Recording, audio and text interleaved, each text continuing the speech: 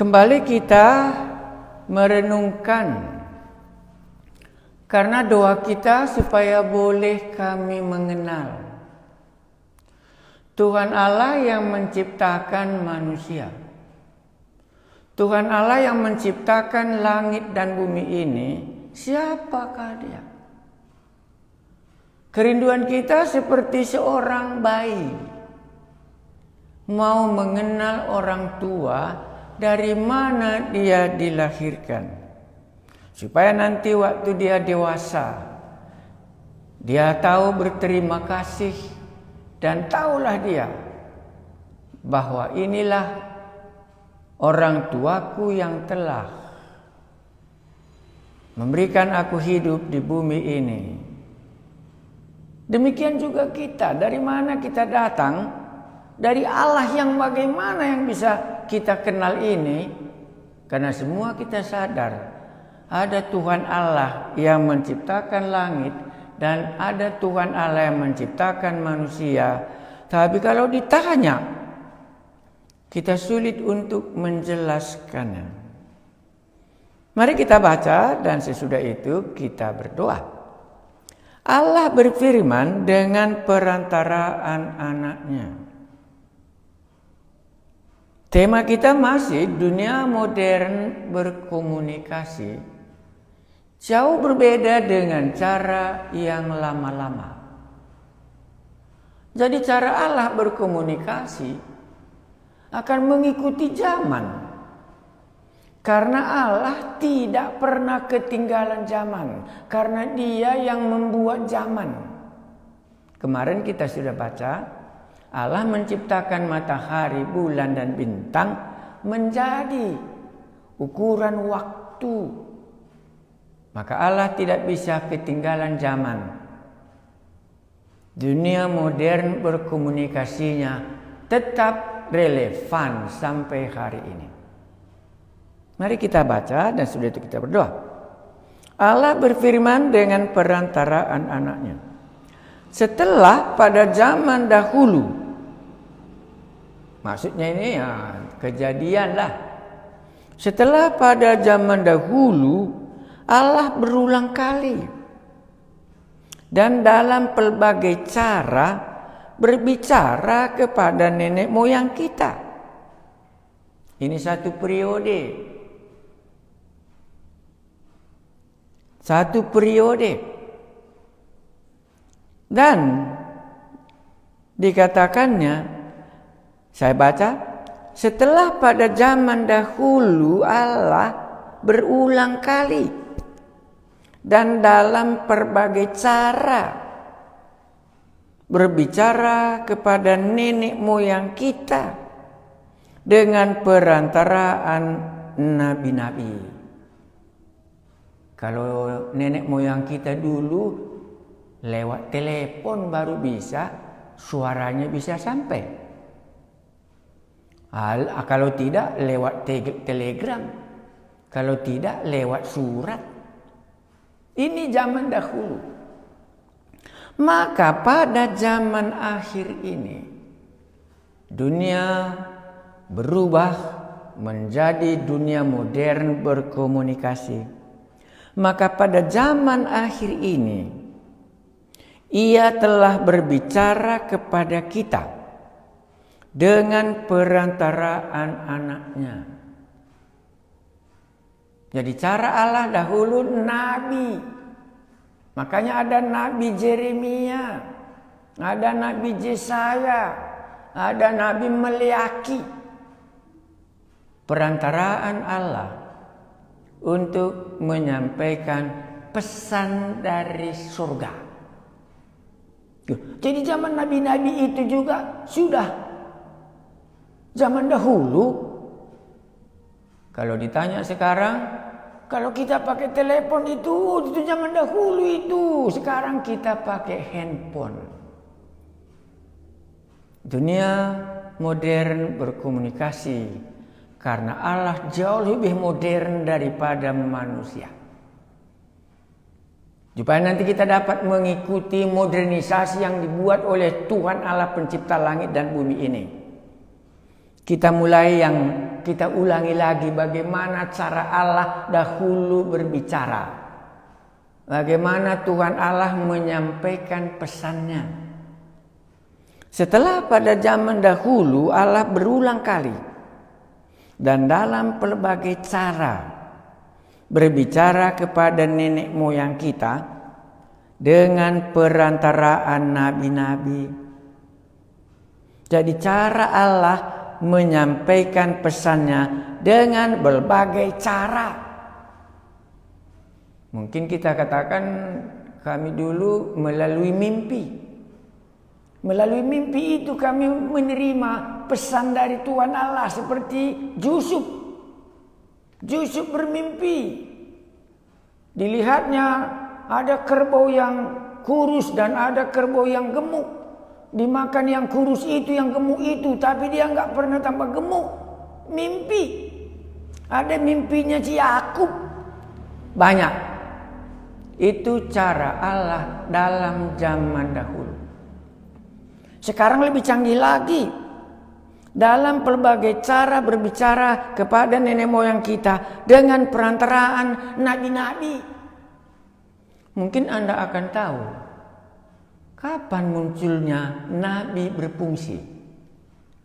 Supaya melalui nabi Allah berbicara kepada umatnya manusia. Jadi dengan singkat dalam bagian ini Allah dan manusia tetap ada komunikasi. Allah dan manusia karena makhluk yang hidup. Sepeta dan seteladan dengan gambar Allah. Allah tetap berkomunikasi dengan manusia. Dia menyampaikan pesannya dari dahulu. Ada melalui mimpi, caranya macam-macam, melalui penglihatan. Dan yang terakhir mungkin Anda katakan melalui nabi. Itu zaman dahulu. Nabi itu zaman dahulu itu. Tetapi maka pada zaman akhir ini Ia telah berbicara kepada kita dengan perantaraan anaknya yang telah Ia tetapkan sebagai yang berhak menerima segala yang ada. Jadi kalau begitu modern, kita harus juga menyadari Allah lebih modern dari kita. Dia duluan modern, baru umat ciptaannya semakin modern. Maka pada zaman akhir ini, Dia berbicara melalui anaknya. Nanti Anda akan bertanya, kalau begitu nabi-nabi, mimpi, apakah itu masih dipakai untuk Allah menyampaikan pesannya kepada umat manusia? Ya, boleh Anda akan mengungkapkan itu. Sejauh manakah Anda menerima pesan dari mimpi? Sejauh manakah Anda menerima pesan Allah dari nabi-nabi? Tetapi dunia modern Alkitab mengatakan sekarang Dia menyampaikan pesannya melalui anaknya itu. Firman itu telah menjelma menjadi manusia. Di dalam diri anaknya inilah. Jangan langsung pikirkan pula Allah itu ada anaknya, ada bapaknya. Terlalu kita keliru. Kunci pun ada anaknya. Nggak pernah ada bapaknya kunci. Tapi kita katakan, di mana anak kunci rumah, anak kunci pintu supaya kita masuk? Karena tukang itu tahu ini namanya anak kunci, ini namanya kunci. Kalau tidak ada anaknya kunci, nggak bisa nanti kita buka rumah kita. Jadi sekarang kita dapat dengan sangat sederhana. Melalui anaknya, Dia berbicara kepada kita dalam zaman akhir ini. Berarti Alkitab jauh lebih modern karena dia sudah menyinggung zaman dahulu kala dan dalam zaman akhir ini. Berikutnya, oleh Dia Allah telah menjadikan alam semesta. Firman itu menjelma menjadi manusia. Di dalam Dia ada hidup. Dalam Dialah segala sesuatu dijadikan. Tanpa Dia tidak ada yang jadi. Kami telah melihat kemuliaan-Nya. Oleh Dia Allah telah menjadikan alam semesta. Sekarang kita sudah mendekati. Taulah kita Tuhan Allah yang menciptakan tubuh, roh dan jiwa kita itu. Oleh Dia Allah telah menjadikan alam semesta. Oleh firman yang telah menjelma menjadi manusia. Sekarang sudah kita kenal yang menjadikan langit dan bumi ini. Itulah yang telah menjelma menjadi manusia dan diam di antara kami. Oleh Dialah Allah telah menjadikan alam semesta. Tanpa Dia tidak ada segala sesuatu. Kalau dahulu kami sebut Tuhan Allah, sekarang kami telah mendengar firman menjelma menjadi manusia. Berikutnya, Ia adalah cahaya kemuliaan Allah. Jadi waktu firman menjelma menjadi manusia, diam di antara manusia, kita dapat melihat inilah Allah yang dulu tidak pernah kulihat, sekarang sudah kulihat. Ia adalah cahaya kemuliaan Allah dan gambar wujud Allah. Jadi kalau kita mau merindukan mengenal Allah, kita harus datang kepada firman yang telah menjadi manusia itu. Itulah Yesus Kristus yang telah menjelma menjadi manusia. Ia adalah cahaya kemuliaan Allah dan gambar wujud Allah, dan menopang segala yang ada dengan firman yang penuh kuasa. Siapakah yang menopang dunia ini? Kita bisa memakai wifi, pasti semua menjawab. Karena ada frekuensi lewat cakrawala yang baru diciptakan itu. Kalau cakrawala ini menjadi hampa, maka tidak ada gunanya wifi. Dia tidak akan bisa memancarkan, sehingga komunikasi tidak terjadi. Semakin mendetail kita dikasih tahu, dan dikatakannya, dan menopang segala yang ada dengan firman-Nya yang penuh kekuasaan. Berarti kita harus menyadarinya. Dunia ini masih ditopang oleh penciptanya itu, Tuhan Allah yang sekarang kita sudah kenal. Namanya Yesus Kristus, menopang langit dan bumi dan memeliharakan hidup kita sehingga kita terpelihara. Semua ahli, planet-planet, galaksi-galaksi, mereka mengakui begitu teraturnya ditopang, maka ini bukan terjadi secara otomatis. Ada kuasa yang di belakangnya ini. Makanya boleh kita katakan Tuhan Allah yang maha kuasa. Tapi janganlah kita keliru kalau kita katakan Tuhan Allah yang maha kuasa. Janganlah kita keliru. Kalau Dia Tuhan Allah yang maha kuasa, apakah Dia tidak bisa? Apakah Dia tidak bisa menjelma menjadi manusia dalam kemahakuasaannya? Kalau kita katakan Tuhan Allah pencipta langit dan bumi dan yang menopang planet ini sekarang dengan firman-Nya, itulah Allah, Tuhan Allah yang kami sembah, itu bukan berhala. Bolehkah kita mengakui kalau Dia Tuhan Allah yang Maha Kuasa? Apakah Tidak mungkin Tuhan Allah yang menjadikan Adam dan Hawa ini dahulu firman, suara cuma kita, dan dia menjelma menjadi manusia pada akhir zaman ini, dan dia menopang segala ciptaannya.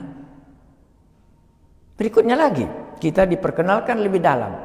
Dan setelah ia selesai mengadakan penyucian dosa. Ini menyangkut tentang dosa diampuni pun hanya Tuhan Allah yang Maha Kuasa yang bisa mengampuni dosa. Dan setelah ia selesai mengadakan penyucian dosa. Jadi bagaimana firman yang menjelma menjadi manusia? Bagaimana anak Allah yang sudah datang ke dunia? Bagaimana dia caranya untuk menyucikan dosa kita? Tuhan Allah yang Maha Kuasa itu berkuasa menyucikan dosa kita. Maka kalau dosa Anda belum diampuni, hari ini Anda telah mendengar.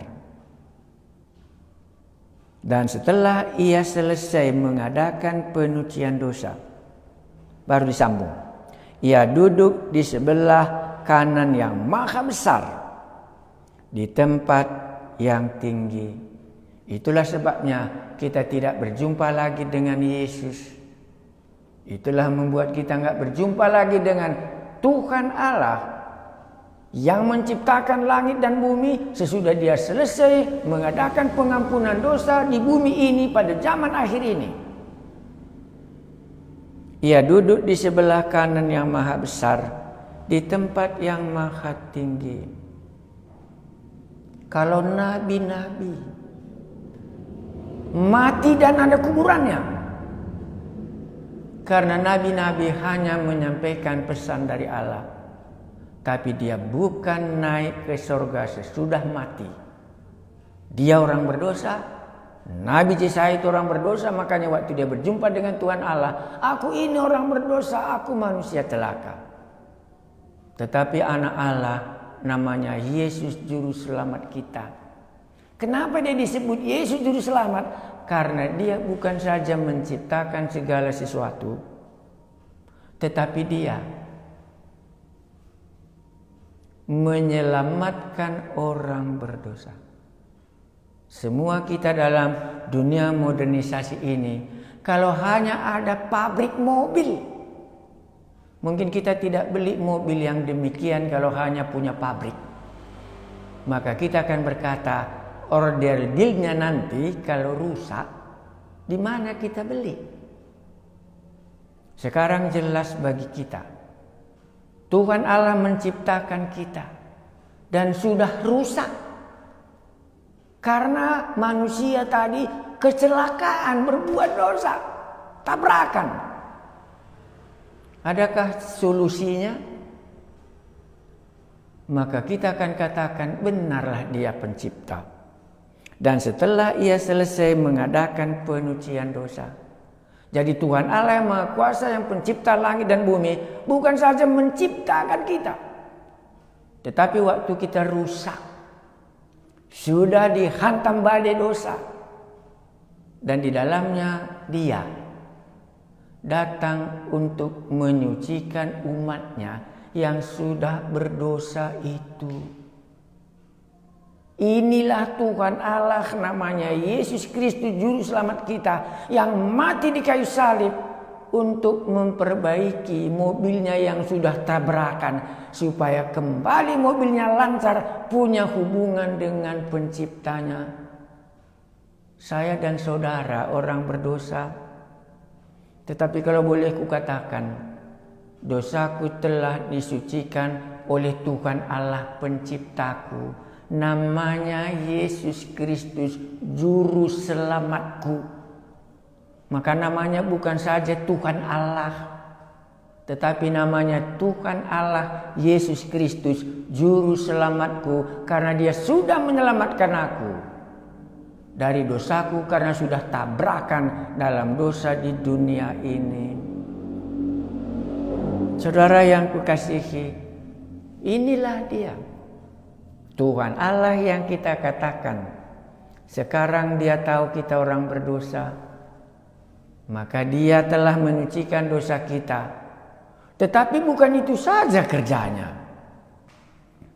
Ia duduk di sebelah kanan yang maha tinggi, di tempat yang tinggi. Satu lagi, jauh lebih tinggi daripada malaikat-malaikat. Sama seperti namanya dikaruniakan kepadanya, jauh lebih indah daripada nama mereka. Sekarang kita dengar satu pribadi namanya malaikat.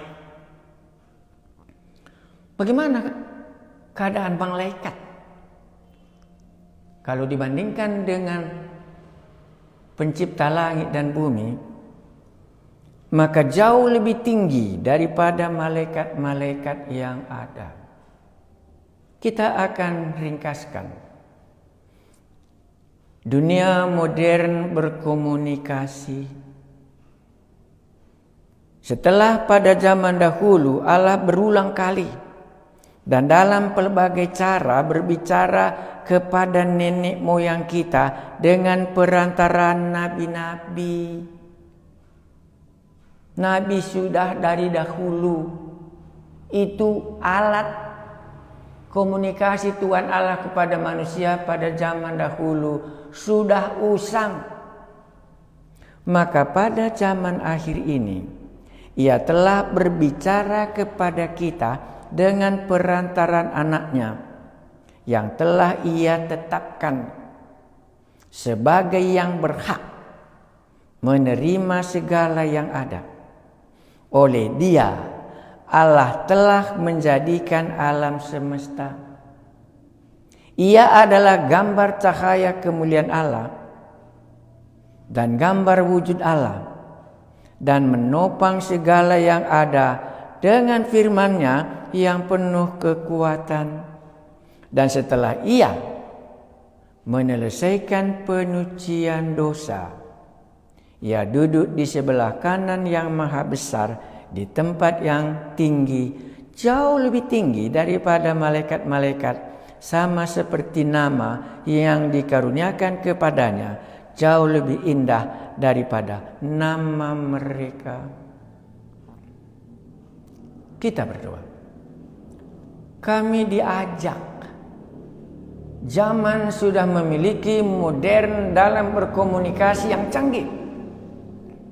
Tapi rupanya Allah, Tuhan Allah kami yang menciptakan langit dan bumi ini, kalau dalam zaman dahulu melalui nabi-nabi, tapi dalam zaman ini itu melalui anaknya, namanya Yesus Kristus, dan Dia adalah gambar Allah yang telah menjelma menjadi manusia, yang menyampaikan firman Allah. Jadi kami bukan lagi mendengar suara saja, tapi kami berjumpa dengan Tuhan Allah yang dahulu hanya melalui firman-Nya dan sesudah menyelesaikan penyucian dosa. Kami bukan saja mendengar firman Tuhan, tetapi kami juga mendengar bahwa Tuhan Allah yang menjelma menjadi manusia di dalam Yesus Kristus, dosa kami telah disucikan. Berilah kami dapat meyakini dunia modern berkomunikasi kalau Allah jauh lebih modern dalam berkomunikasi dengan orang berdosa ini, supaya dosa kami diampuni dan kami dapat berhubungan dengan Tuhan Allah sesudah dosa kami disucikan. Terpujilah nama-Mu, kami telah diberitahu supaya dosa kami dapat diampuni. Tuhan Allah, cara berkomunikasi supaya jelas dengan kami di bumi. Terpujilah nama-Mu yang membuat modern komunikasi antara Tuhan Allah pencipta dengan kami orang manusia yang berdosa ini melalui Yesus Kristus Tuhan Juru Selamat kami. Amin.